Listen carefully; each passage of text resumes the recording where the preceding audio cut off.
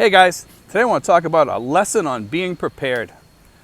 I have a few people getting in touch with me lately. It's been quite a few. But one of them in particular, he can't get any copies of his birth certificate to get married. He's over here on a tourist visa right now, and he's probably not going to end up being able to stay. He's bumping that 36-month mark, and they gave him a certain amount of time to get his stuff together if he wants to get married. Otherwise, he's going to be deported. Well, he needs a birth certificate. The only way I looked up on the town clerk's office, or there's a place in Idaho, and what happens is this. I guess you have to be there and you have to have two forms of ID or whatever, okay? And obviously he can't get there to get it, all right? And I don't want to give the guy's name or say who he is or anything, but unfortunately, I'm not sure if he's going to be able to stay.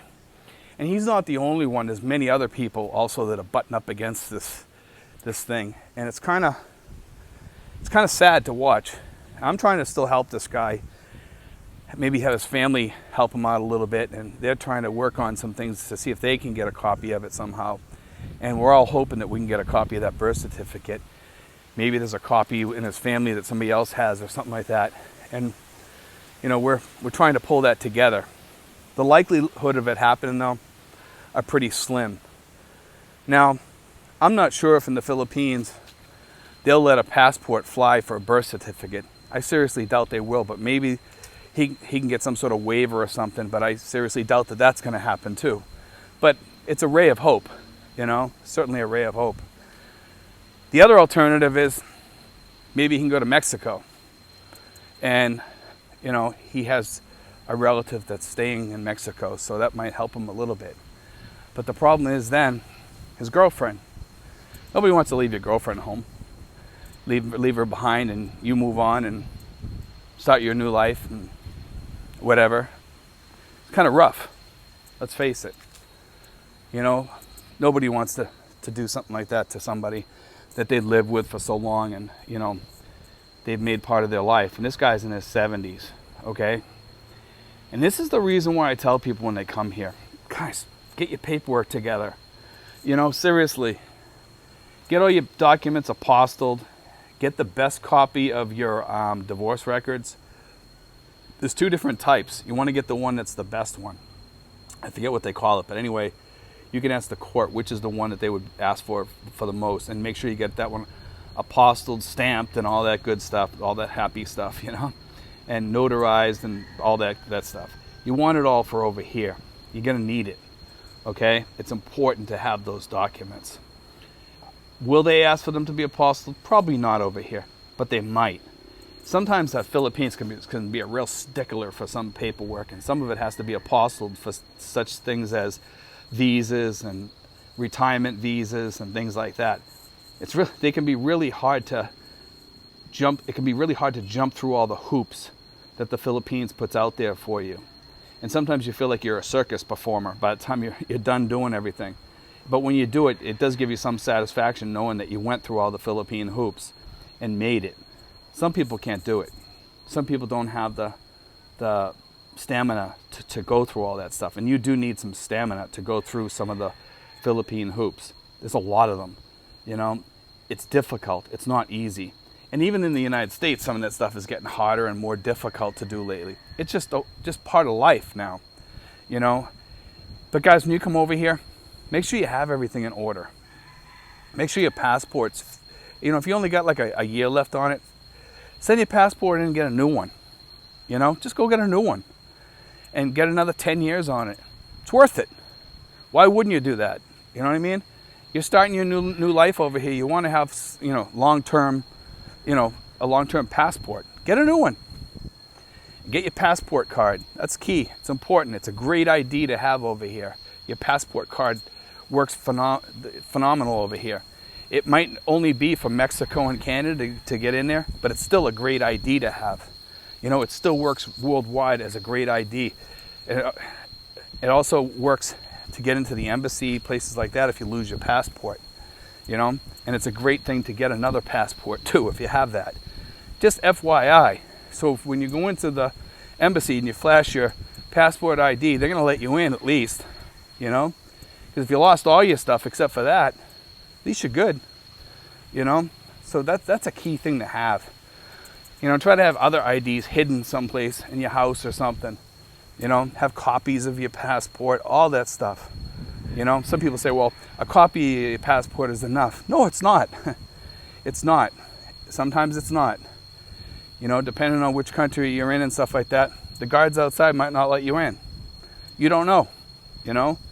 They might say, well, you need an actual passport. There are fake passports out there. That's why sometimes that won't work. That's why I say best to have a real passport ID card, because guess what? That thing has all kinds of things on it, has electronic chips on there, all kinds of stuff, you know? The case that it comes in is kind of protective of the electronics in there, I guess. It says keep it in the case because of that.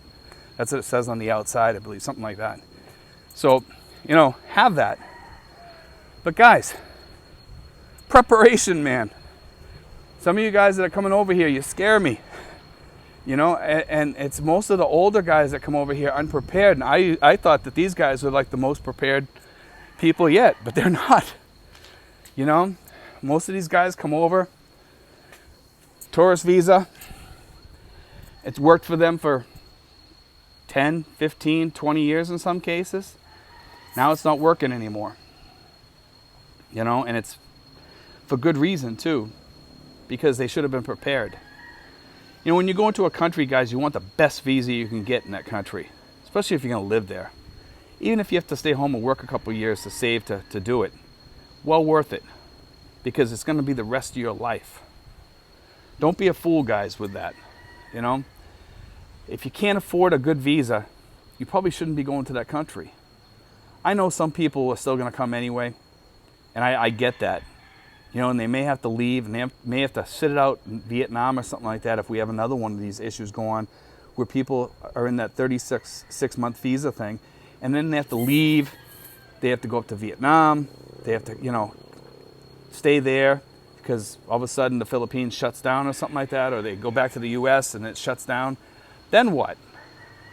Then you're kind of stuck again, you know, and you have to wait to come back in and start the process all over again. And you know, and you might have to sit outside the country for a year, 2 years, 3 years.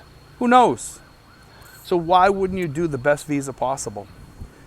You know, the SRRV visa had its issues during this problem that we have right now going on. Okay, some of the people left. They couldn't get back in. They had a hard time getting back in. And then suddenly they started letting them back in, which is good. They should be allowed back in. They paid good money for those visas. Really good money. And they should have been allowed in right from the get-go, you know? But unfortunately they weren't. But the people that stayed behind, guess what? They didn't have to leave. So some good did come out of those visas. If you stayed behind. If you stayed in the Philippines, you were good. That's the best part.